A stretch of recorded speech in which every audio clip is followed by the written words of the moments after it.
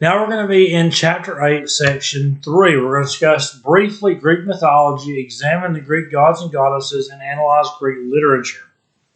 Now, usually we do big projects and stuff like that, and people kind of do research on Greek gods. We're not going to be able to do all that kind of stuff this year just because we're limited in the capacity of what all we can do. But, if you want to do your own independent research on Greek gods or whatever, then you can. Now, this is just kind of, and I'll pull this in so you can see. It says, history teacher. Today we're going to talk about Greek mythology. 8th grader who read all the Percy Jackson books. And then, I can hear Patrick, ooh. But, so that's, there's a lot of people that really enjoy Greek mythology. If you want to, like I said, do independent research on it, you're more than welcome to. I'm not going to discourage that at all. We're not going to go into it as deep as I would like to, just because we're covering this just in a sped up method. Mythology means a body of stories about gods and heroes that try to explain how the world works. So the whole idea behind it is that it's about gods and heroes. Heroes being people like Heracles, or as he would later be called with the Romans, Hercules, or some of the Greek gods, Zeus, Ares, Demeter, people like that. It's stories about them. People today have scientific explanations for natural things, but the ancient Greeks contribute to the gods, and they create myths to explain things that happen. For example, here's some of the different gods. You got Zeus, which is the king of the gods. He's the one that when his father swallowed his siblings to basically try to get rid of them so they would never throw him, he's the one that when he was swallowed, helped rescue his siblings, kind of making him the king of the gods. You had Hera, which was the queen of the gods. Poseidon, god of the sea. Hades, god of the underworld. We'll talk more about him in a few minutes. Ares, the god of war. Aphrodite, the goddess of love. Apollo, god of the sun. And Athens, goddess of wisdom. And then Hermes, the messenger god. And we kind of talked a little bit in the Roman chapter about how they're going to take some of these gods and change them to Roman gods and just kind of change their names and stuff. They didn't just believe that the gods were there to cause disasters. They believed they also helped in daily life. For example, one of these is about Demeter, who was the goddess of agriculture, and how I believe they caused a change in seasons. So I'm not going to read this. I'm just going to kind of tell the story. But basically, Demeter had a daughter named Persephone. And Persephone was out one day picking flowers, smelling flowers, doing something with the flowers. And she was kidnapped and taken to Hades, or taken to the underworld by Hades. Now, when Hades did this, she got Zeus involved. Demeter did. She begged for him to be returned, and ultimately,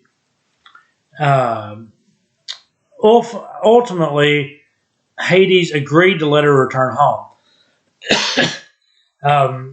But while she was there, she ate 6 seeds. Some people believe different fruit, but one I most hear is a pomegranate. That she ate 6 seeds from a pomegranate. And so because of this, he said for 6 months of the year, she has to come back down here with me. The other 6 months of the year, she's going to stay with you on the earth. And the idea behind it is when it gets to fall, Persephone is taken back to Hades. And Demeter is so depressed that she lets everything start to die. And then when it gets to wintertime and things are completely dead, it's because she's in depression because her daughter's gone. And then when spring comes back and everything starts to bloom and grow again, Persephone comes back and reunited with her mama, and her mama allows a lot of stuff to happen. So that's the idea that we believe how the seasons change. It's based on the goddess Demeter and the whole story with Persephone and Hades. Not all Greek heroes were gods. Some were real people and some were not.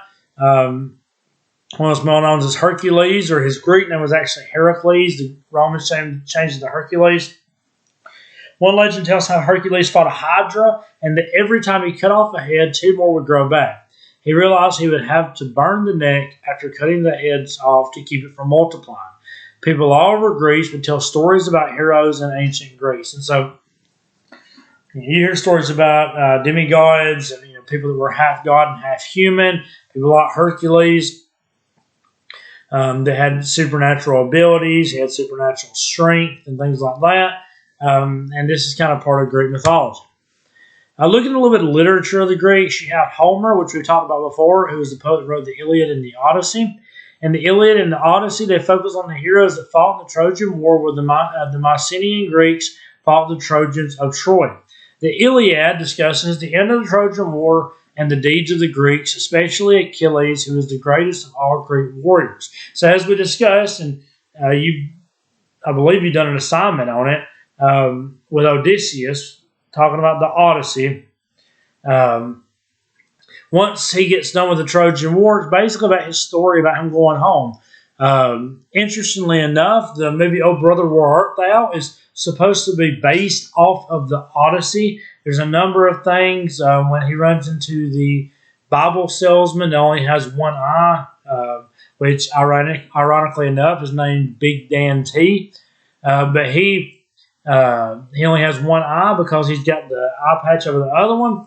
That's supposed to be him meeting a Cyclops, as Odysseus does in the Odyssey, where the women down there by the river are singing and it draws them down to the water. That's supposed to represent the sirens, which are women, or they're basically like demons that take on the form of beautiful women and sing to try to bring sailors in. When they bring them in to wherever they're at, they'll kill them, and that's just kind of part of what they do. And so the Iliad and the Odyssey are two of the most famous pieces of Greek literature. This is from the Iliad. Homer says, the gods envy us. They envy us because we're mortal, because any moment may be our last. Everything is more beautiful because we're doomed. You will never be lovelier than you are now, and we will never be here again. And that is from Homer. And that's interesting to me. He says that the gods envy us because we're mortal, and that we could die at any time, and they're not going to die. And so because of that, they envy the fact that our lives seem to have more meaning because of that. This is from the Odyssey, and this is part of the beginning of that. And it says, Muse, tell me of a man who is made to wander far and long. Many were the men whose lands he saw and came to know their thinking. Talking about Odysseus and the journey that he's going to embark on in the Odyssey. We're going to talk about fables now. Aesop was famous for his fables. Now, fables are short stories that teach the reader lessons about life or give advice on how to live. Now, you need to pay attention to this because you're going to have to do an assignment where you write a fable. In most of Aesop's fables, the main characters are animals. Some of his most famous fables are the tale of the ants and the grasshopper, the tortoise and the hare, and the boy who cried wolf.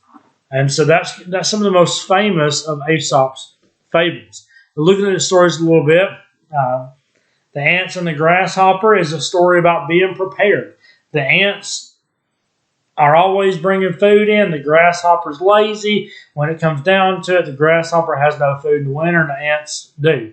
Now, actually, if you have access to Disney Plus, there's old Disney cartoons. I mean, the old Disney, some of the good old Disney cartoons about some of these fables. I think all three of these stories are on there. I know the ants and the grasshopper and the tortoise and the hare are. The tortoise and the hare, remember, that one's about being cocky. The tortoise looked and said, I'm going to just stay consistent. I know not as fast as the hare, but, slow and steady wins the race. The hare was like, man, I'm a lot faster than him. He smoked him out of the beginning. He goes, takes a nap. He goes and does a number of different things and winds up losing the race because of his ego. And the boy who cried wolf, that's the story about the boy who lies and says that there's a wolf a number of times, until the point where no one believes him, and ultimately a wolf does show up and eats the boy because No one believes him to come and save him. Now, here is one of my favorite fables, The Wind and the Sun. It said, the wind and the sun had a bet. The wayfarer's cloak which should get. Blew the wind, the cloak clung. Shone the sun, the cloak flung. Showed the sun had the best of it yet. And so, and it says, if you see right here under it, it says, true strength is not bluster. And so, the idea behind it, they had a bet. Which one can get the cloak of this guy? Well, the wind started blowing really hard. You see right here on this picture, the wind started blowing really hard, so the guy kind of held onto his cloak really tight. Well, down here on this one, the sun makes it really hot, so the dude takes his cloak off. And so the idea is that true strength doesn't come by running your mouth. That's the idea, by being a blowhard, by being someone who talks a lot.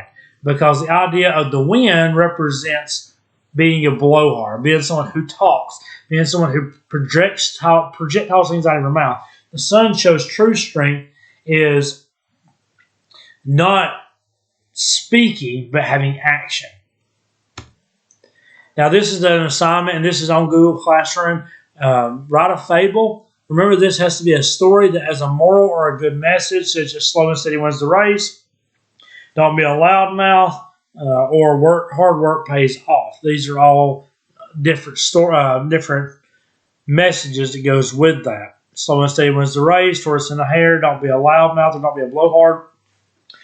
From the one we just read, or hard work pays off from the ant and the grasshopper. So that brings us to the end of section 3 and talks about Greek mythology and literature. So next will be in chapter 9, which is still part of this same unit.